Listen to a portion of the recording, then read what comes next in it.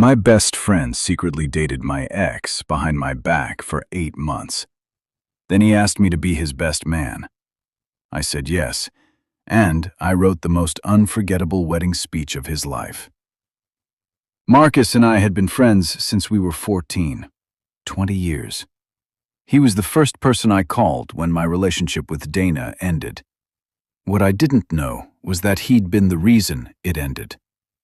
They kept it hidden for 8 months after the breakup. By the time they went public, I'd already moved on. Or so I thought. When Marcus called to tell me he was proposing to Dana, I congratulated him, genuinely. I'd processed it. Then he asked me to be his best man, and something shifted. I spent 3 weeks writing that speech, every word carefully chosen, every pause deliberate. I opened with how long Marcus and I had been friends, 20 years of loyalty, trust, showing up for each other no matter what. Then I talked about Dana, how I'd loved her, how hard the breakup was, how I'd called Marcus that night crying, and he'd stayed on the phone with me for 2 hours telling me I'd be okay. The room got very quiet. Then I smiled and said, "And that's exactly the kind of man Marcus is.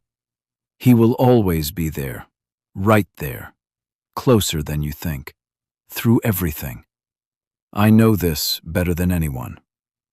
I raised my glass. To Marcus and Dana, you deserve each other, completely.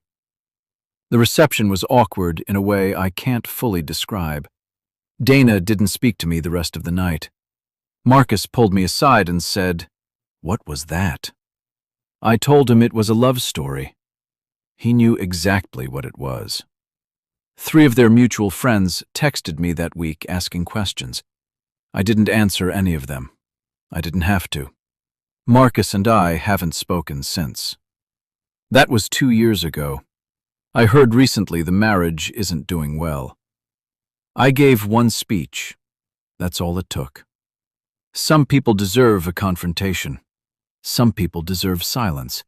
And some people deserve a toast. Subscribe to Scoring Silently for a new story every week. The quiet kind that hits hardest.